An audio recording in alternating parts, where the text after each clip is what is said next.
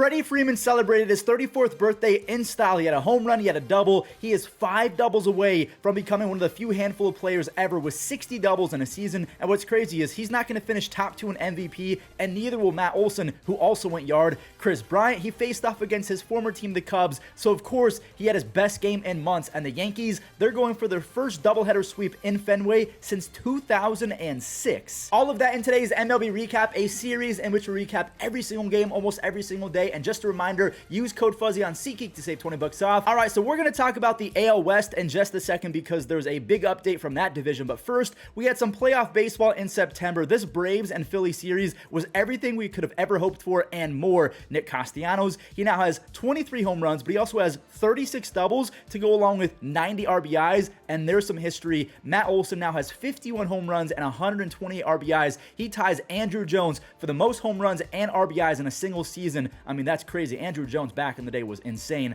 Ronald, he launched another home run. He has 3 home runs and 5 stolen bases away from becoming baseball's first 40-70 player. Marcell Ozuna, his 3-run home run in the 5th all but ended this game as Max Fried, he stymied the Phillies offense all night long. He now has a 2.64 ERA after striking out 6. He's in line for his 8th win, but not so fast. Trey Turner, he had an RBI single. Bryce Harper with a real-life perfect home run. 430 feet on his 1,500th career home run, and my friend Bryson Stott got it within 1. Bryson, look at these stats. He's hitting basically 290 with 47 extra base hits, 28 stolen bases, and platinum defense. He has 15 outs above average, and no way, Trey, he did it again. He's the 3rd Philly ever to have 11 home runs over 13 games. He's hitting 440 with 24 RBIs over his last 13. We had extras, and that's it. Eddie Rosario, his RBI single proved to be too much for the Phillies as Brad Hand, the former Philly, closed them out. What a series. This was one of the most fun series I've ever watched. All right, let's check in with the AL West. Houston, they're trying to avoid losing their 2nd game in a row to the A's, and I'm just going to go ahead and spoil it right now. They lost again. Ryan Noda, he brought home Zach Geloff, and Shea Langoliers, he went 425 feet on that 2-run blast. He has 8 home runs, 15 RBIs, and a near 960 OPS over his last 16 starts. Seth Brown, he doubled in Geloff again because Geloff is an on-base machine. And Tony Kemp, he actually went yard off of JV. Justin Verlander has been very mid since rejoining the Astros. He has a 3.9 ERA and a terrible 4.6 FIP in 8 starts. Drew Gilbert, the prospect who was traded back to the Mets, he's hitting 330 with 6 home runs in 30 games with the Mets minor league system. JP Sears, he held the Astros to 2 runs over 6, and Seth Brown doubled in 1 more just for fun. The A's have kind of been nice lately. Over the last 15 days, they're 13th in team OPS as an offense, and they're 6th in team ERA as a pitching staff. The Oakland A's getting hot was music to Texas's ears because if they beat the Blue Jays, they'll be just 1 game back of the Astros for first place. But also, if the Jays do lose, they'll be kicked out of the wild card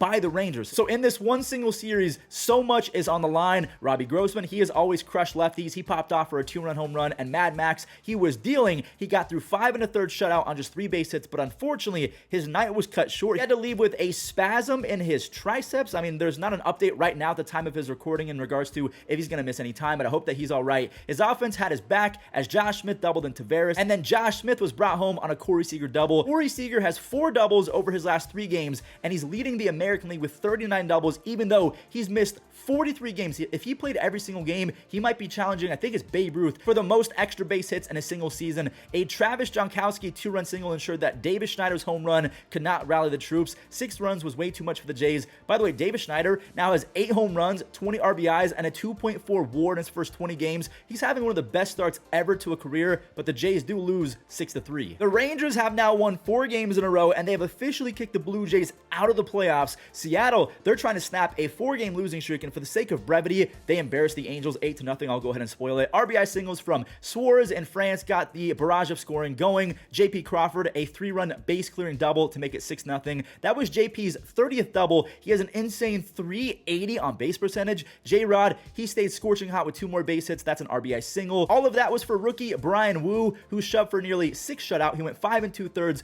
no runs allowed. He had 8 strikeouts on just 4 base hits, no walks either. He has a 2.7 ERA. Over his last 5 5 starts, he has a 2.7 ERA, and he's holding opponents to a 188 batting average. Suarez, he's in the 20 home run club now. So what does that mean? The Mariners and the Blue Jays are now tied at 1 game back of the Rangers for the AL wildcard, and Texas, they're 1 game back of the Astros for first place in the AL West. The NL wildcard is no different. The Reds, Diamondbacks, Marlins, and Giants are all within 1.5 games of basically making the playoffs. Cincy, we're going to talk about this game first, then we'll talk about Arizona and Miami. Detroit, they put up 3 with quickness against the Reds. The third came from Miguel Cabrera. He and Joey Votto shared a nice little moment at first base. Might be the final time that they ever play against each other. Cincinnati said, enough with the sappiness. We have a ball game to win. TJ Friedl, he knocked in 1. And India, he is not playing around. He has 3 RBIs in the 2 games since coming back from the IL. I forgot that Harrison Bader was on the Reds. Like, when I saw his name in the box score as I was making today's script, I was kind of like, oh yeah, Harrison Bader, he's on the Reds. He had a huge 2-run double for the lead until Andy Ibanez and Kerry Carpenter happened. Those 2 guys both had multi-hit and multi-RBI games. Nothing happened for a while, so extras we go. And that right there is the decider. Tyler Stevenson with the go-ahead RBI single. And shout out to the bullpens for both teams. There was 5 base hits total from both teams after the starters got lit up to begin this game. Buck Farmer, he saves it. The Reds, they narrowly beat the Tigers 6-5. Which means that the Reds can get back ahead of the Marlins in the NL wildcard for the first time in what seems like a month. Luis Ariz, he started off this game hot. He cracked his 7th home run. He's still hitting 348, by the way. But this game was all Milwaukee after that. There was a bases-loaded walk to Andrew Monasterio, so he ties it. And look at who put the Brewers on top. Donaldson, he deleted that baseball, and he knew it. 430 feet, he barreled that one up. Freddie Peralta, he put on a show on the bump, and this came after Corbin Burns and Woodruff did the same thing in their latest starts. Freddie struck out 9 over 6 1/3, allowing just that 1 run in the first inning. Only 2 base hits allowed. So Corbin Burns, Brandon Woodruff, and Freddie Peralta, they just combined for 23 1/3 innings pitched. They only allowed 8 base hits and 1 run, a true 3-headed monster. Milwaukee is going to be a problem in any playoff series because, to me, they have the best 1-2-3 punch in baseball when healthy. Devin Williams out the pen. He's got 33 saves and a 1.68 ERA. The Brewers are not to be messed with. Anytime we talk about the Brewers, we got to immediately see what the Cubs did, and this was a pretty fun game for storylines because Pete Crow Armstrong, he was making his debut, and the kid showed off his defensive tools with a sick running grab to Rob Nolan Jones in the first. He robbed Nolan later on. Stay tuned. KB, he's playing against his former team. He tied the game with a 2-run single in the second. In Colorado, they ended up grabbing the lead on an RBI ground out. Elias Diaz, he extended the lead with an RBI single to score Kris Bryant. Just kidding, it's now tied on 1 swing. Seiya Suzuki, this guy has been incredible since the start of August. Over his last 34 starts, Seiya is basically hitting 360 with 24 extra base hits, 27 RBIs, and an 1101 OPS over 34 starts. But the former Rookie of the Year, World Series champion, and MVP for the Cubs, Kris Bryant, he clutched up for the Rockies, 420 feet. He needed this game bad because he's hitting 250 with a 90 OPS plus. He's been pretty bad.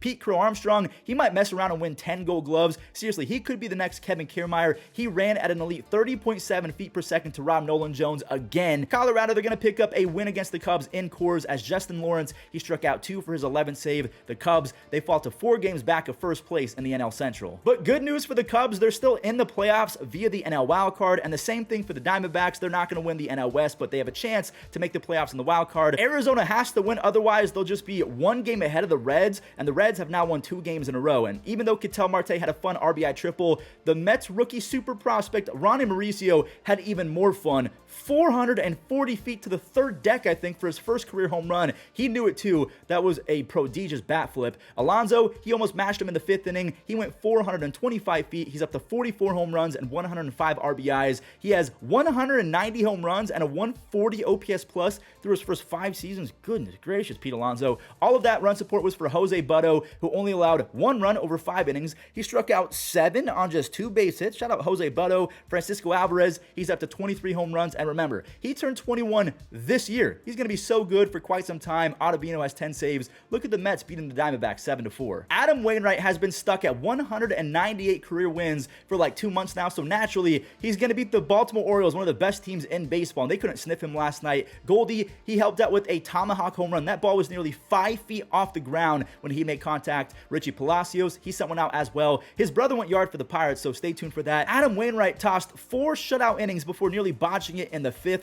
He allowed 2 runs, but lucky for him, Richie Palacios, he entered the power cheat codes before the game. That's his first career multi-home run game. He's hitting .317 with 8 RBIs in his first 16 games with the Cardinals. Lars Nootbaar, he drove in 1 more for an insurance run, and Ryan Helsley, I didn't even know that he was back for the Cardinals, but he's been back for a couple weeks. He has 9 saves, and that gives Adam Wainwright win number 199. He's 1 win away from 200. Here we go, the Rays and the Twins. World Baseball Classic star and rookie breakout phenom Edward Julian, he torched a long solo home run in the 3rd. Just Joe Ryan, he hasn't quite been the same over the last few months. He did strike out 7, so he was nasty, but he gave up the lead after a Josh Lowe RBI single and a Rene Pinto moonshot 430 feet. This ball went further though. Willie Castro for the lead. I was kind of shocked when I looked at his stats. He's got 7 home runs and a .332 on base percentage, not bad at all, but he has 31 stolen bases. He had 8 stolen bases total over his first 4 seasons. Johan Duran, he did his best Emmanuel Clase impression. He got the save despite not striking out anyone. He's got 26 saves on the season as the Twins,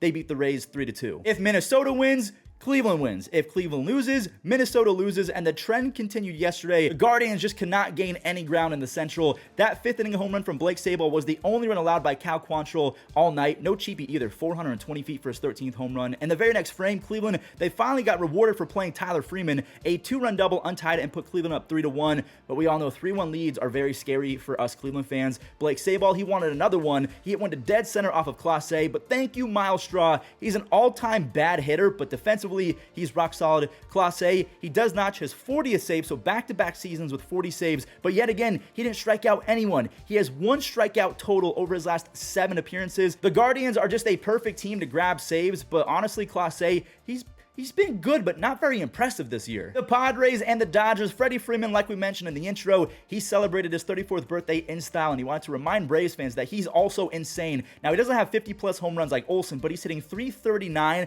with 26 home runs and 55 doubles. Also, he's got 18 stolen bases. He has a near 30-20 season. Will Smith, this guy's incredible. That is the 2nd 3-run tater of the night for the Dodgers. He's the 7th catcher ever to have 90 home runs and a 125 OPS plus by age 28. Tatis, he's got 24 home runs, 25 stolen bases, 10 outs above average. I feel like he could be the Ronald Acuna 2.0 in 2024 because Ronald, when he came back from injury, he only hit .260 in 2022. Now he's hitting .330 and cut his strikeout rate in half. I feel like the same is going to happen for Tatis next year. Anyway, LA, they ran the score up to 11-2, and this Kyle Hurt kid is no joke. They got him in the Dylan Floro trade a couple years ago. He had a 40% strikeout rate in the minors. He had an easy 1-2-3 8th inning, and then he struck out the side in the 9th, a solid debut. If you ask me, they embarrassed the Padres 11-2. So the Yankees actually have 2 fathers, and their names are Jose Ramirez and Rafael Devers. Devers has 24 home runs versus the Yankees, most versus any team in his career. Boston, they went up 2-0 for Nick Pivetta, who racked up 10 punch-outs over 5 1/3.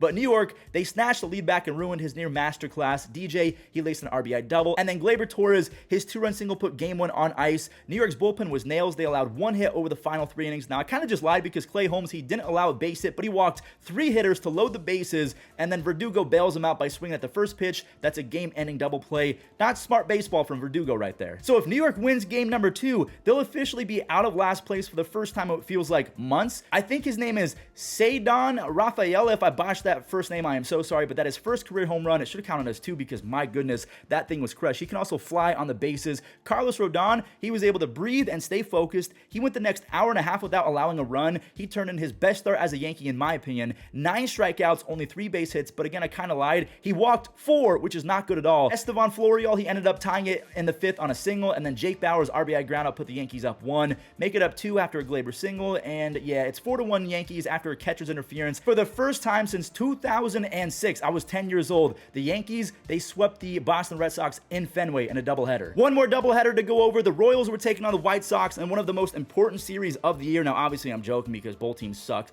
but the The White Sox, they scored 5 in the first off of Brady Singer, who's been terrible. He had a 3.2 ERA in 2022. He has a near 6 ERA just a year later. Dylan Cease's also been incredibly disappointing, but at least he was good in this one. 5 in the third, 1 earned run, 8 strikeouts. He's been nasty with 191 strikeouts and 159 innings, but he has an awful 8.9 hits per 9, a 4.2 walks per 9. That's why his ERA has spiked to 4.87, but he gets the W in game 1. Game 2 was much different. 21 runs were scored total between both teams. Logan Porter, his first career base hit is a 2-run single, and Michael Massey, he sent one way out for a huge 3-run home run. Kansas City, they went up 9-0 after Salvi had an RBI single, and good thing that he did that because Jordan Lyles, he was on the bump for the Royals, and the only reason why he has a job in MLB is because he legit never gets hurt. The dude munches innings. He is just so terrible. Eloy Jimenez had a home run, and over the next 20-30 minutes, Chicago, they ended up tying it at 9 runs apiece. A Gavin Sheets 3-run double that was aided by a bad Kansas City defensive play. The Royals immediately got the lead back on an RBI single from rookie Michael Garcia, who's actually been pretty solid. He's almost hitting 280 with 21 stolen bases and 15 outs above average, meaning he's a top 1% defender in baseball. Same with Bobby Witt Jr. He's also top 1% with outs above average. His sac fly made it 11 runs, and Kansas City, they needed every bit of that because the Royals, they allowed 10 runs, but they do avoid the sweep in the doubleheader.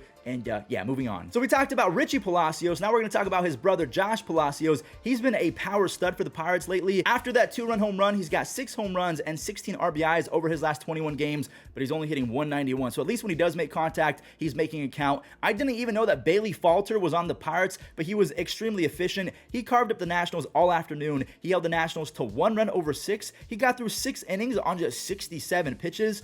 Not really much else to talk about. Pittsburgh, they went easy in a snooze fest of a game. Look at the NL wildcard. The Marlins and the Giants are back to a half game back of the final wildcard spot because they both lost. The Reds, they've won 2 games in a row, so they're now 1 game back of the Diamondbacks for that final wildcard spot. And the Cubs, they got to keep winning as well. In the AL wildcard, it's pretty much settled between the Blue Jays and the Mariners. And the way that this works, the season series between the Mariners and the Blue Jays, let's say they stay tied for 3rd place. Whoever has the better record against the other team at the end of the season, they'll make the playoffs. So it's going to be a tiebreaker. That's going to do it for today's recap. No immaculate grid today because I have a lot of errands to run. I appreciate you guys watching until the end. If you did, leave a like, subscribe, use code Fuzzy on SeatGeek and Underdog Fantasy, and I'll catch you in the next one.